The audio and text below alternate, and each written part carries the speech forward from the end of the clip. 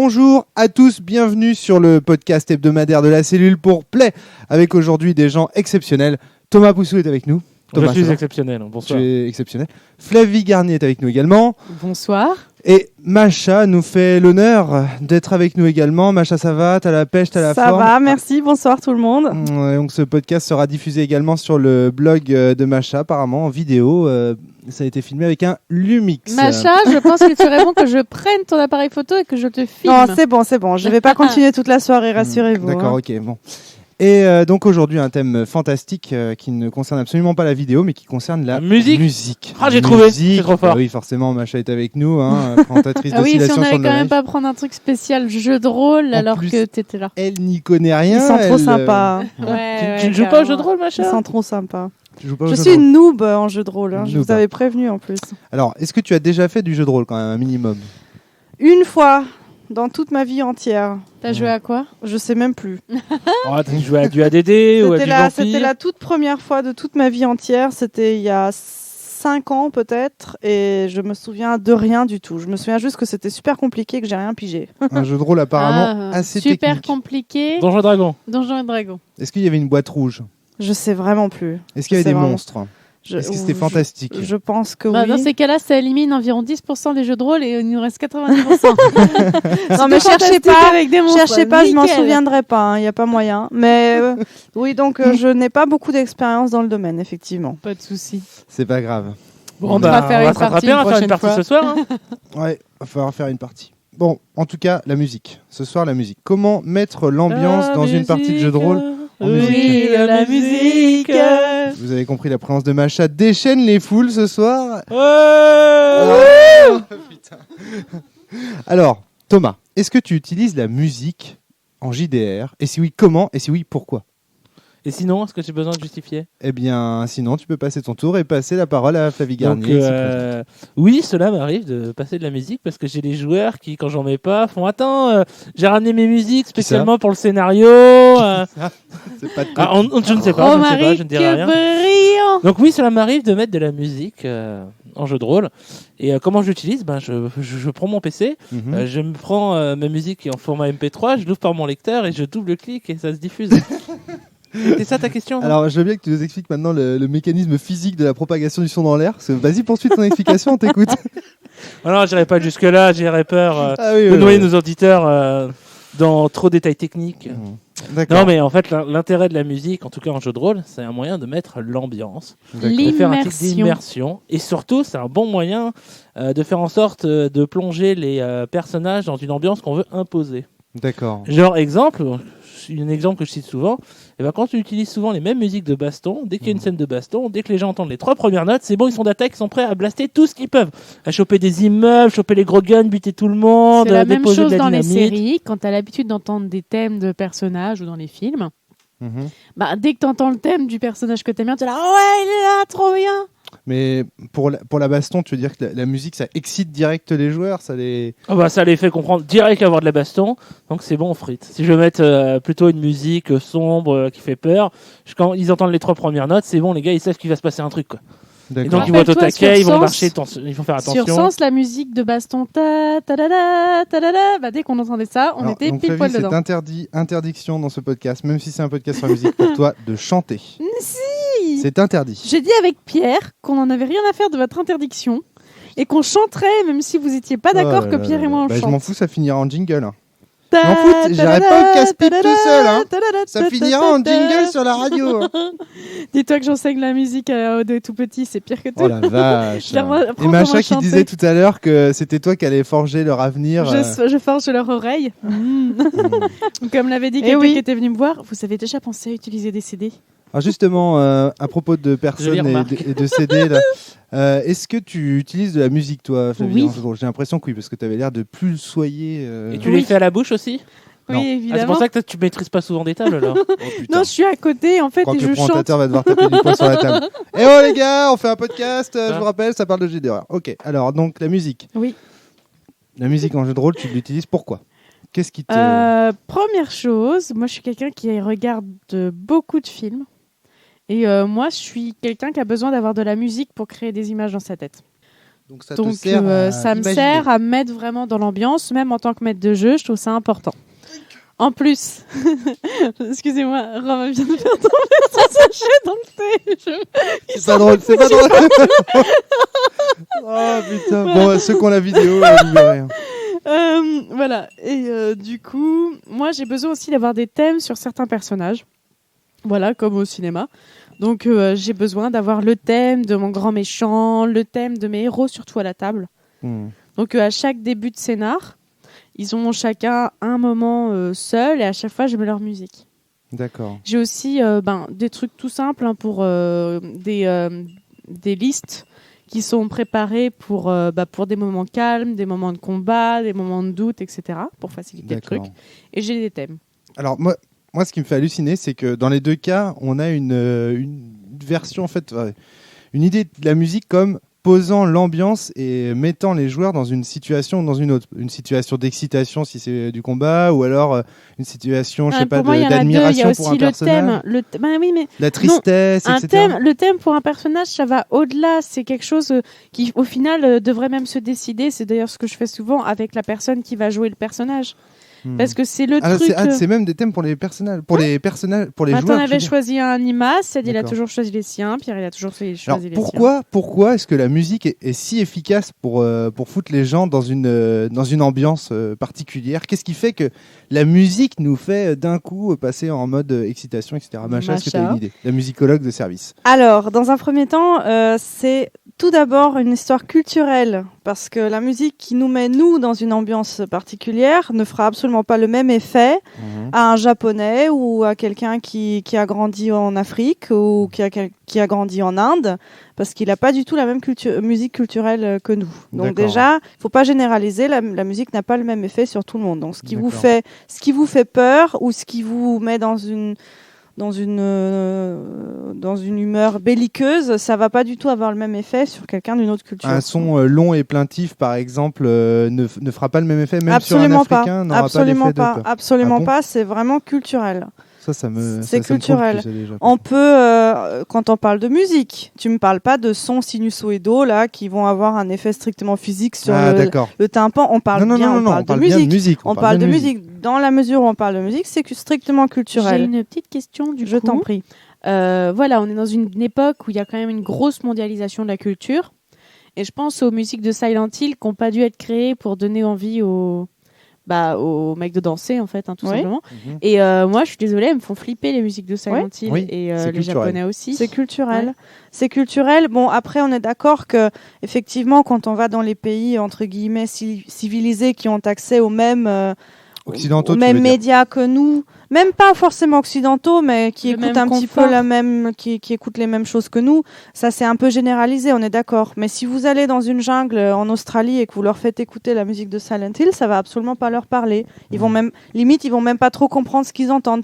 Tout comme nous, on va pas comprendre forcément la signification que peut avoir leur musique pour leur culture. Donc ça veut dire que si on fait des scénars avec des gens qui n'ont pas forcément la même culture que nous, on va devoir mettre des... Enfin, comment donc ça marche pas le coup des musiques. La musique ça marchera pas. Si vous prenez effectivement un aborigène qui n'a jamais entendu la musique occidentale, ça marchera absolument pas pour lui, bien évidemment. D'ailleurs, quand on regarde tes habitudes, par exemple, à toi, Flavie, tu mets souvent des musiques de films que tu aimes bien. Je prends le cas des Crimes, par exemple, que tu nous as illustré avec la musique de la leçon de piano. Voilà, c'était... Ah, Michael Nyman. Bah, voilà, c'est... Trop bien, Michael Nyman. C'est... Toi, ça te fait rêver comme ambiance. Bah, du coup, moi aussi. Non, c'est... Enfin, maintenant, je l'associe avec Qu'est-ce que ça me fait rêver? Oui et non, c'est juste que c'était quand même quelque chose sur du steampunk. Ouais, justement, et qui est le steampunk, du coup, c'est quand même au niveau de la culture quelque chose qui est censé avoir évolué sans la seconde révolution industrielle. Donc, je voulais quelque chose d'un peu différent au niveau du rythme, etc. Et c'est quand même quelqu'un, Michael Nyman, qui s'inspire de Cage. Donc, quelqu'un qui a travaillé, qui connaît bien le rythme du vide, entre guillemets. Et je trouvais que c'était important de mettre ce genre d'ambiance dans une ambiance steampunk. C'est-à-dire que par exemple, toi, Macha, si on t'interroge pour te dire qu'est-ce que tu verrais comme musique pour un univers de science-fiction ou un truc comme ça, tu serais pas capable de nous répondre dans l'absolu? Si. Il y a des outils très classiques, mais encore une fois, c'est quelque chose qui nous est mis dans le berceau, si vous voulez, avec les musiques comme John Williams ou dans Star Wars ou les musiques dans Star Trek. On grandit un petit peu avec une certaine comment on appelle ça quand on est formaté en quelque sorte, on est conditionné pour associer certaines choses. Donc, pour la science-fiction, on utilise souvent les cuivres et beaucoup de percussions pour faire un truc un peu héroïque. Et puis je sais pas, je dirais des bruitages électroniques, des choses comme ça, des bruits de synthétiseurs, des choses comme ça, enfin des sons futuristes. Moi par exemple, quand je maîtrise mes parties, donc j'utilise aussi de la musique pour les mêmes raisons que celles que Thomas a évoquées tout à l'heure, c'est-à-dire que pour moi en fait ça permet de mettre les joueurs dans une certaine ambiance. Par exemple, ça permet aussi de limiter la description. C'est con, mais on n'a pas 3 heures pour jouer un JDR à entendre le maître de jeu faire des descriptions interminables. Je vais par exemple mettre de la musique d'ambiance, genre des bruits comme un marécage ou un truc comme ça, ce qui va m'éviter d'avoir à décrire l'ambiance et le sonore du marécage. Et là, tu entends une grenouille croasser. Ben non, sur l'enregistrement, tu entends la grenouille croasser. Tu l'as. Un orage, pas besoin de décrire qu'il y a de l'orage dehors. Là, c'est pas de la musique. Là. Les joueurs, exactement. Là, c'est des sons, c'est vrai. Mais même pour la musique, c'est pareil, si tu veux. C'est-à-dire qu'on va prendre effectivement des clichés occidentaux au niveau musical, et puis on va les mettre dans la scène. Comme ça, tout de suite, on se dit on n'a pas besoin de dire l'ambiance est oppressante. On n'a pas besoin de dire qu'on est seul dans le vaisseau. La musique nous le rappelle. Oui. Cela dit, moi, je fais bien attention. Et là, c'est ce que je vais rebondir sur ce que tu disais tout à l'heure. Je fais bien attention à ne pas prendre de musique canonique d'une série ou d'un film. Par exemple, jamais, quand j'ai maîtrisé mes jeux de rôle de Space Opera, je n'utilisais de musique de Star Wars. Parce que c'est trop connoté. C'est-à-dire que si on met du Star Wars, les joueurs vont avoir envie de jouer dans le canon Star Wars. C'est logique, oui. D'utiliser la force, etc. C'est logique. Donc, surtout s'ils connaissent, bien sûr. Et uniquement, même s'ils connaissent. Oui. Et alors Star Wars c'est tellement connu maintenant que voilà quoi, c'est éculé, j'ai envie de dire quoi. Et c'est intéressant ce que tu dis parce que du coup ça pose la question de quelle musique on met. Et c'est vrai qu'on s'arrange toujours pour mettre de la musique qui n'a pas été beaucoup entendue autour de la table. Par les autres. Et nous même on a pu l'entendre plein de fois. Ouais. Nous on a pu l'entendre plein de fois, mais pas par les autres. Parce que par exemple en plus de Michael Nyman, moi je mettais des musiques de Tsubasa Chronicle et vous les connaissiez pas du tout. Non. Donc du coup ça passait. Thomas peut-être. Tsubasa Chronicle. Non, je les connaissais pas. Non, tu les connaissais pas. Non. Ok. C'est bizarre, un truc avec Sakura que tu connais pas. Non, je ne le connaissais pas. Non, mais n'essayez pas de me tirer vers du nez, je ne connaissais pas. Mais quoi qu'il en soit, la musique trop connotée, on évitait. Mais en tout cas, moi par exemple, je mettais de la musique de Metroid. J'étais le seul à être suffisamment hardcore gamer là-dedans pour avoir fait le jeu de fond en comble et connaître toutes les musiques par cœur. Metroid 3. Alors, donc... voilà, et les autres joueurs les connaissaient pas. Et donc pour eux maintenant les musiques de Metroid sont associées à Sans en fait. Voilà, donc maintenant quand tu joues à Metroid, j'ai l'impression que tu es en train de jouer à Sans, que j'entends les musiques. C'est une fois, j'ai une anecdote là-dessus, c'est François qui se baladait à l'UFR de philo et qui chantait du coup Interdit de chanter. Je sais, interdit de chanter, je m'en fous. Et donc il chantait l'ouverture de Metroid et là il y a quelqu'un qui le regarde et fait "Oh Metroid!" Et Franck le regardait, il fait "Bah non, c'est Sans." Parce qu'il avait jamais connu Metroid. Donc voilà, ça peut être... Alors moi j'ai une petite question pour les gens qui utilisent de la musique, parce que moi je sais pas, quelque chose que j'utilise principalement. Est-ce que vous écrivez au scénar en fonction de la musique ? Oui. C'est-à-dire que vous écoutez de la musique, vous dire voilà, je vais utiliser telle musique, donc je vais plutôt faire tel type de scénar. Non, en fait j'écoute les musiques que je vais utiliser pendant que j'écris le scénar et c'est elle qui, entre guillemets, me souffle un peu le scénar. Moi, j'ai besoin de musique pour écrire même pour m'inspirer. La musique conditionne même l'écriture. Et est-ce que tu connais des auteurs comme ça qui écrivent en musique ? Est-ce que toi il y en a plein. Non. Il y a Bernard Werber, tous ses débuts de bouquins, c'est des remerciements sur les musiques qu'il a écoutées pendant qu'il écrivait. Moi, je sais que Fabien Hedwein m'a confessé l'autre jour qu'il n'écoutait jamais de musique quand il écrivait des scénars. Parce qu'il jugeait en fait que la musique, ça s'écoute et point barre. Il n'y a que ça à faire. Il y a que écouter la musique. On ne peut pas faire autre chose en écoutant de la musique, à part respirer éventuellement. Ça, on a le droit. Éventuellement. Je suis tout à fait d'accord. Mais bon, Je suis pas c'est difficile d'accord. de faire autre chose quand il y a de la musique. Généralement, tu vas rester concentré sur la musique et ça te disperse. Enfin, moi, c'est mon avis. Moi, c'est pareil. Je suis quelqu'un qui n'écoute pas énormément de musique. Il y a certaines musiques qui me plaisent parce qu'elles me procurent un certain nombre d'émotions. Donc, quand je les mets, si je veux faire autre chose et que c'est une musique qui me plaît, j'arrête de faire ce que je fais et je suis la musique. Ah, c'est l'avantage d'être quelqu'un qui est jamais vraiment où elle est. Je peux faire plein de choses à la fois. Alors, ce qui est très intéressant justement quand on parle de conditionnement, c'est que la musique quand même a tendance à évoquer quelque chose, des images dans notre tête, même si on n'est pas forcément déjà formaté. Je vois bien ça, j'ai beaucoup enseigné à des petits-enfants, donc la musique, l'éveil musical. Donc je vois bien qu'avec un petit garçon de 4 ans, je lui passe de la musique qu'il connaît pas du tout, et ça va lui évoquer quelque chose. Après, je vais lui demander de me peindre quelque chose ou de dessiner un dessin en rapport avec la musique qu'il vient d'entendre, et je vais jamais avoir une feuille vide. Il va toujours avoir une image ou quelque chose qui est associé à la musique qu'il a entendue, mais pas forcément la même chose qu'un adulte qui sera déjà formaté parce qu'il a entendu plein d'autres musiques avant. Ouais, je fais pas mal ça avec mes élèves en ce moment, l'éveil musical, et tu leur demandes de dessiner après avoir entendu du tam-tam. C'est énorme parce qu'en fait, ils sont encore dans le mouvement. En fait, ils sont uniquement dans le mouvement. Tu lui passes du tam-tam, mais genre, il va te faire un truc de fou sur le dessin et tu lui fais goûter de la guitare hyper tranquille. Enfin, ça va être, la guitare hyper tranquille, il va dessiner comme s'il voyait les notes. Enfin, c'est génial. Donc les rôlistes sont des grands enfants qu'il faut bercer avec de la musique. Dessine-moi un scénar en musique. Moi, le truc, c'est que je me sers de la musique pour écrire. Mais par contre, pour les scénars, non. C'est-à-dire, éventuellement, ça va m'inspirer, et encore, pas trop. En fait, mes musiques, je les connais trop maintenant, Tom. Le truc, c'est que les musiques, je les ai tellement entendues, ces musiques de Metroid. Faut en prendre de nouvelles. Mais non, c'est pas un reproche. Au contraire, c'est bien, parce que tu vois, maintenant, quand j'entends la musique de Metroid, je suis cash dans le sens, quoi. J'ai même pas besoin de me préparer, quoi. C'est direct.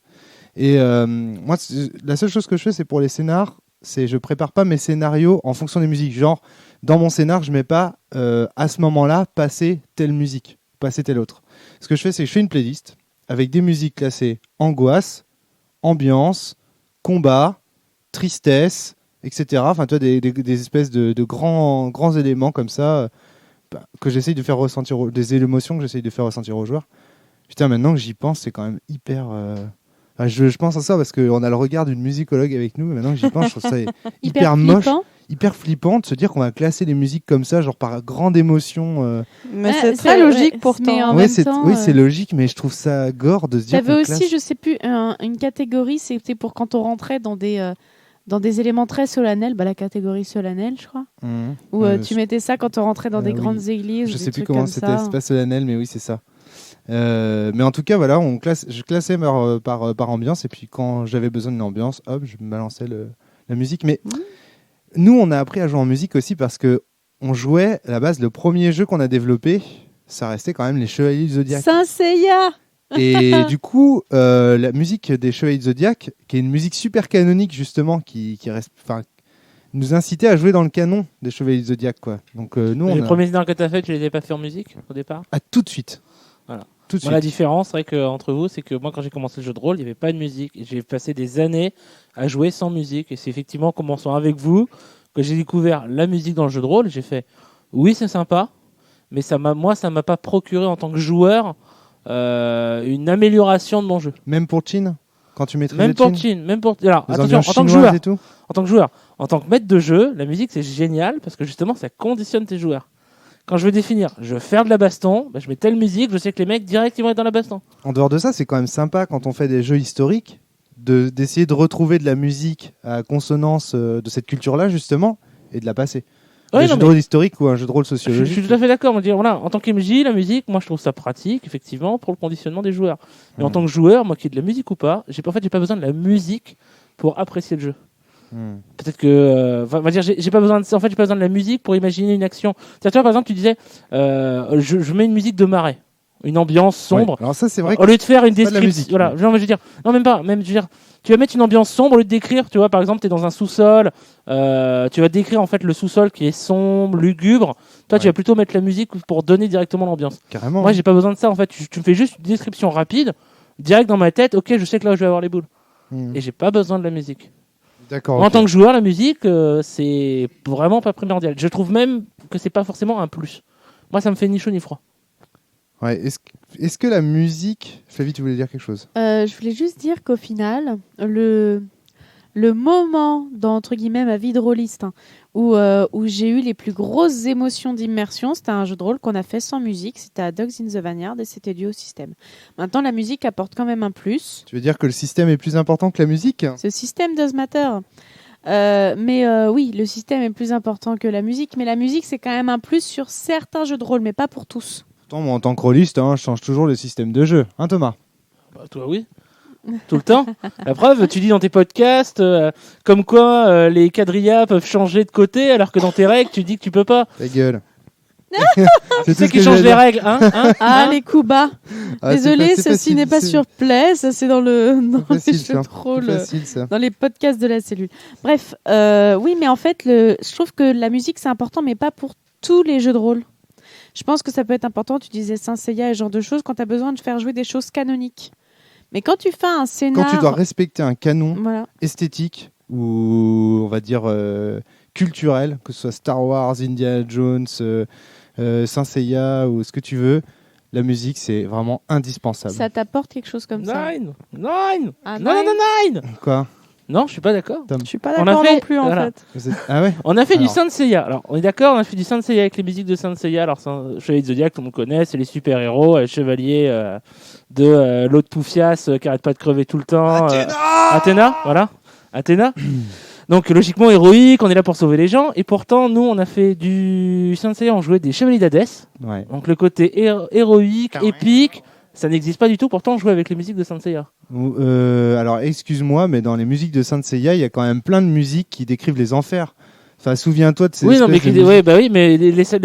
musiques de baston, trucs de cancer et tout. Les musiques de baston, c'est d'accord, ok, d'accord, mais enfin et on critique ma façon de chanter. Bon, ça va, stop. Macha voulait prendre la parole. Oui, alors je vous ai un petit peu écouté là maintenant. Bon, maintenant, on va se faire gronder.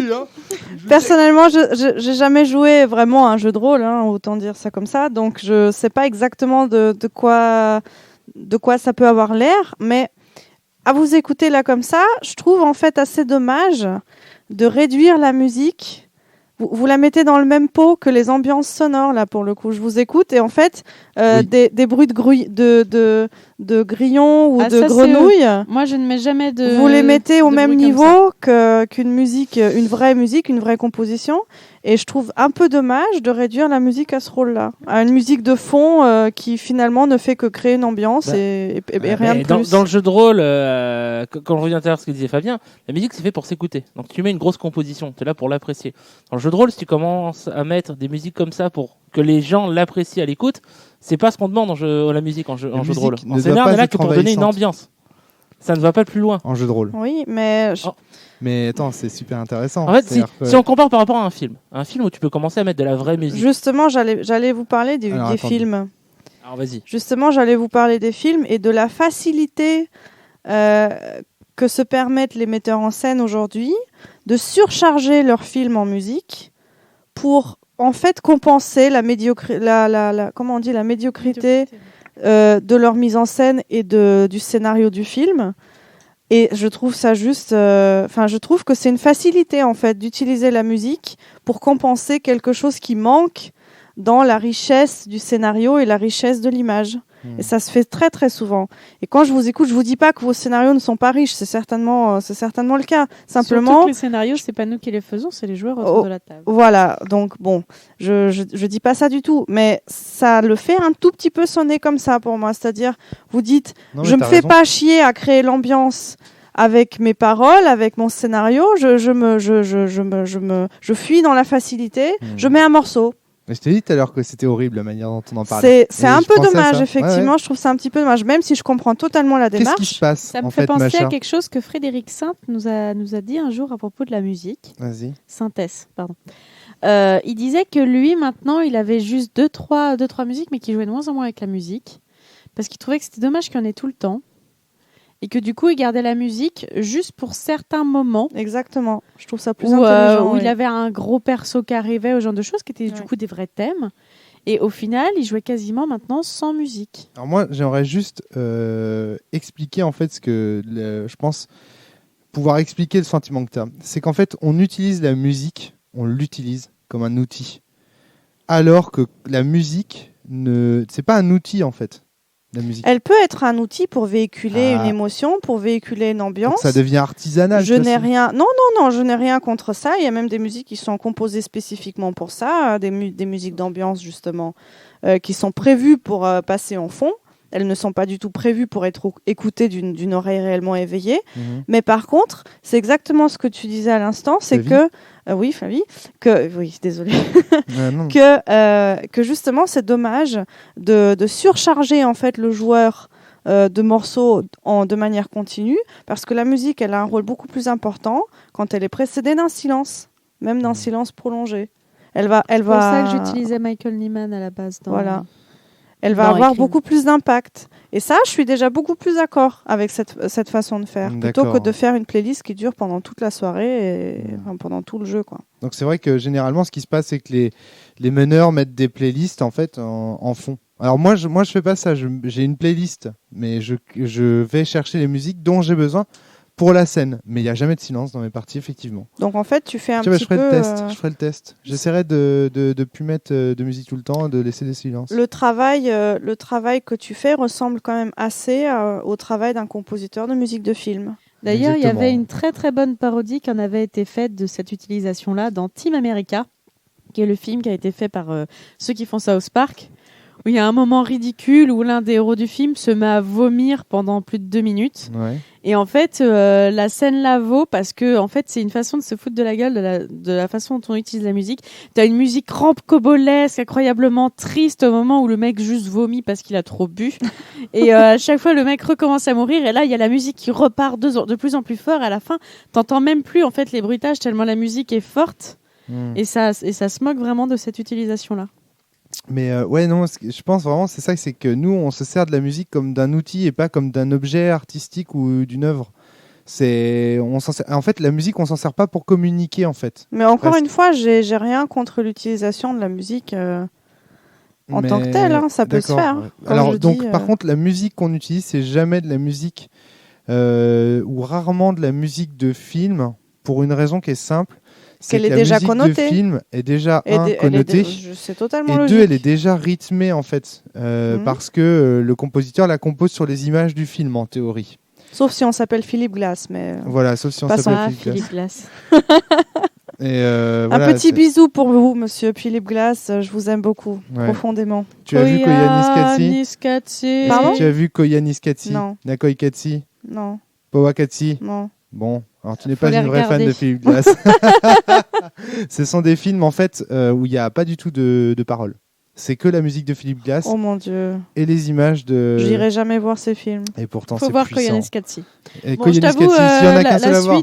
Koyaanisqatsi, c'est vraiment énorme. Vraiment, vraiment. Bon, bref. Oui, passons. Passons, mais ouais, non, c'est. Et donc, ce qu'on utilise surtout, c'est de la musique au final. Enfin, en tout cas, moi, je sais pas pour toi, Tom, c'est de la musique de jeux vidéo en fait. Ouais, moi, la musique, vu que je l'utilise rarement, je prends de la musique, par exemple, quand on fait du Cthulhu, c'est toi qui ramènes les musiques et c'est classé. Je prends la musique, je mets en fond parce que moi, je m'en sers pas. Je me sers pas de la musique. Ouais, c'est vrai que c'est vrai. Voilà. C'est plutôt c'est pareil. En plus, d'une part, c'est un travail à donner, dire sélectionner ses musiques. Et si on compare, par exemple, le jeu de rôle par rapport à un film, il y a un film. L'idée, c'est de transférer une image par la musique et par les images. Ouais. Dans le jeu de rôle, vu que tout le monde est moteur de création, tu vas plus transmettre tes sentiments par la façon dont ton personnage va réagir à une scène. Donc la musique doit pas être pour moi trop présente. Mais c'est vrai qu'en utilisation, je suis assez d'accord avec ça, si on met des blancs et qu'on va mettre une musique pour accompagner une scène spécifique, donc à des moments donnés, je pense que là la musique peut être utile. Oui. Mais c'est vrai que moi je suis pas quelqu'un qui utilise la musique. Moi j'écoute très peu de musique, donc. D'accord. Moi dans les crimes, j'avais mis de la musique concrète parce que je trouvais ça rigolo. Voilà. La musique concrète, tu trouves ça rigolo? Ouais, grave. C'est vrai que c'est pas mal. Pourquoi la musique concrète Ah bah oui, pour le steampunk. Ah bah oui, pour le steampunk, la musique concrète, moi je trouvais ça nickel. C'est quoi la musique concrète? C'est l'ancêtre, on peut dire ça comme ça, de la musique électronique moderne. Macha. Attention. Bref. Attention, Macha, la vraie définition de la musique concrète, c'est de la musique qui est faite avec des bruitages enregistrés en acoustique. Exactement. C'est-à-dire, on prend un microphone, on enregistre des bruits dans l'environnement ou qu'on crée entendre des bruits de pas ou des trucs comme ça. On va faire tomber des billes sur une table, on va créer plein de bruits. Et ensuite, on va composer avec ces bruits. Pour ceux qui ont vu les Tontons Flingueurs, c'est la musique de Monsieur Antoine. Les instruments de ménage.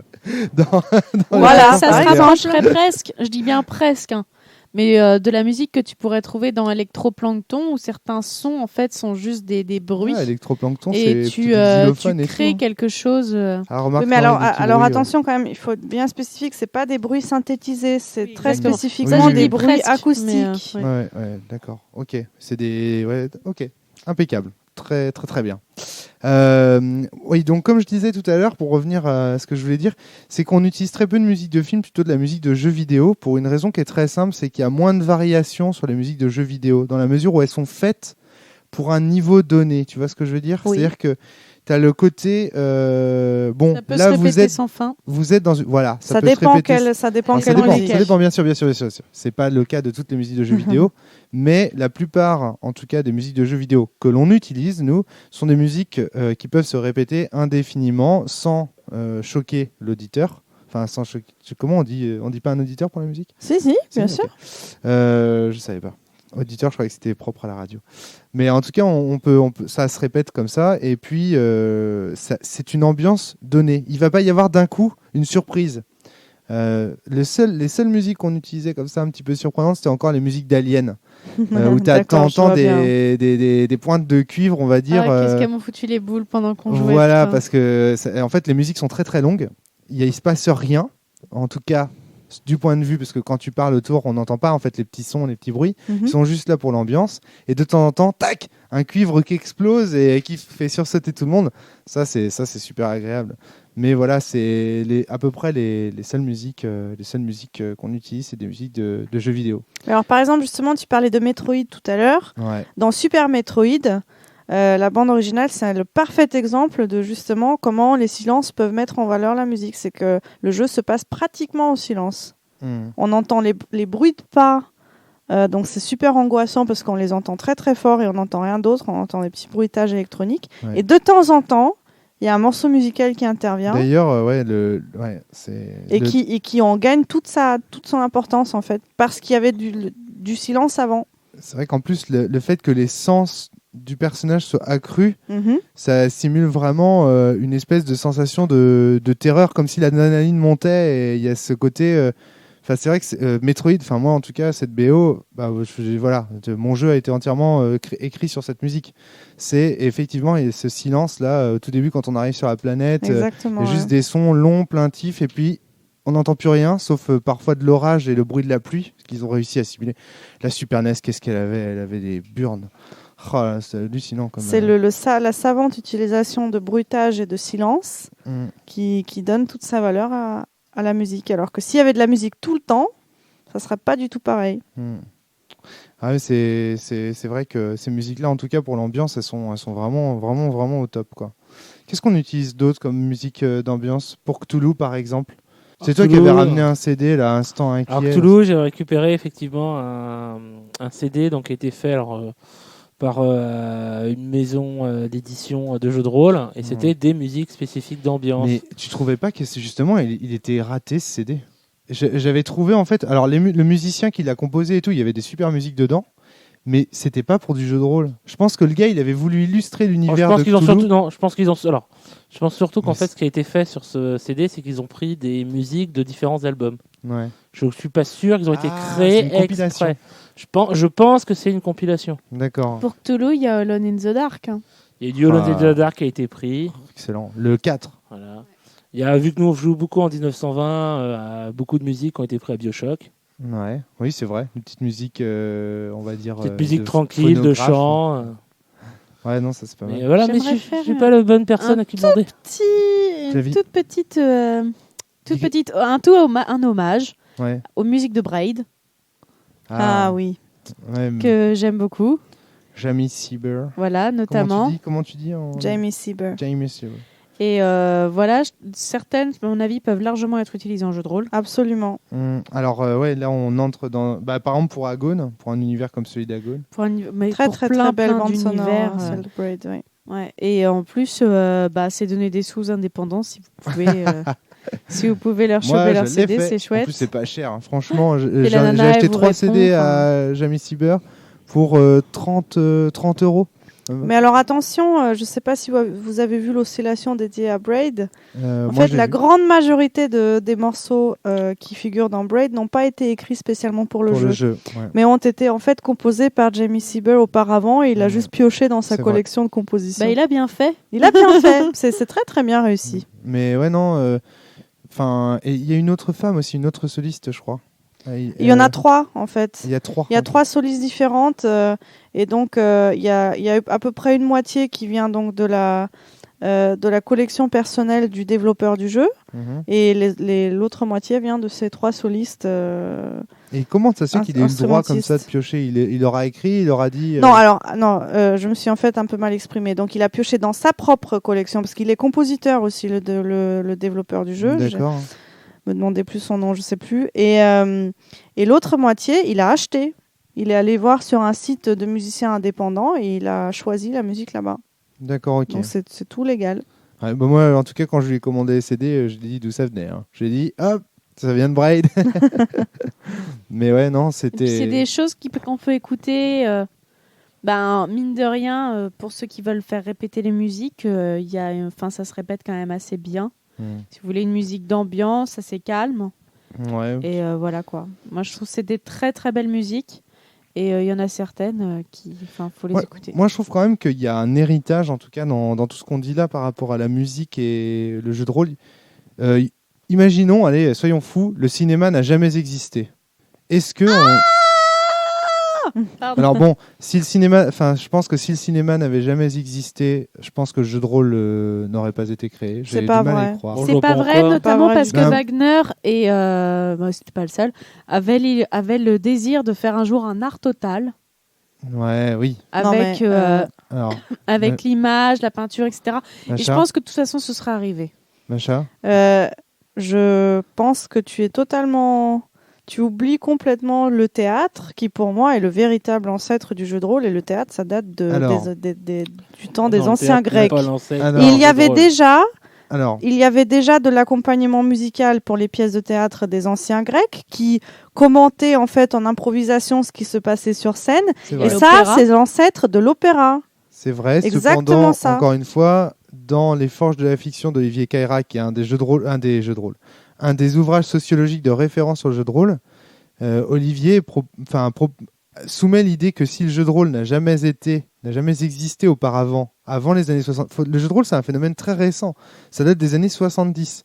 Si vraiment le théâtre et les Grecs étaient l'ancêtre du jeu de rôle, pourquoi est-ce que le jeu de rôle ne serait pas apparu avant ? Je dis pas qu'ils sont l'ancêtre, mais je dis que le cinéma n'est qu'une retransmission, une traduction du théâtre et de l'opéra sur un écran. En fait, et de toute façon, mais justement,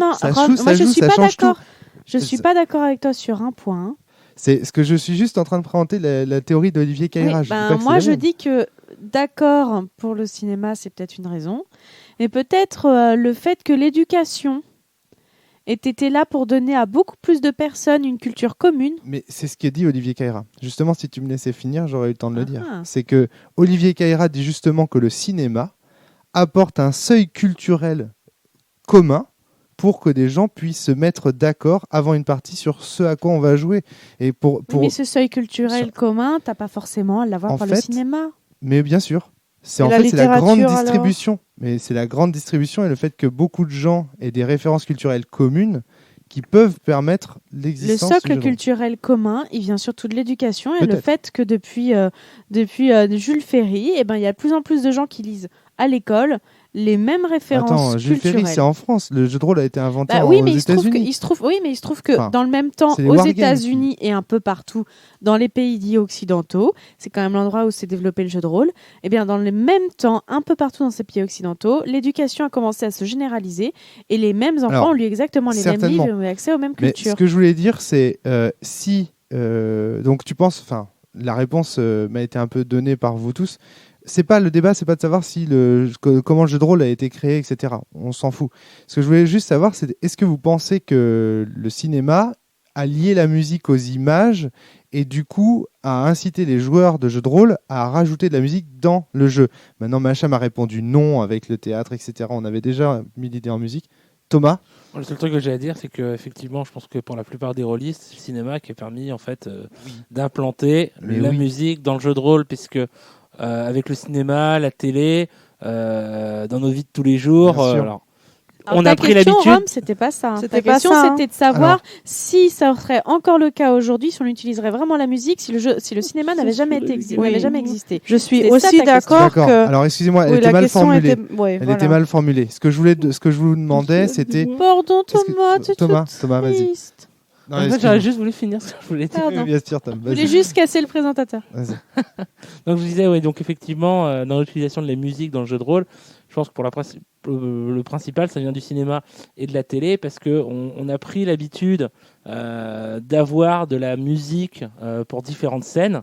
Je pense que, même sans être rôliste, je pense que tout le monde s'est dit « Ah, ce serait sympa de se balader dans la rue, dès qu'il arrive un truc, on entend un tin-tin-tin-tin ». Grave.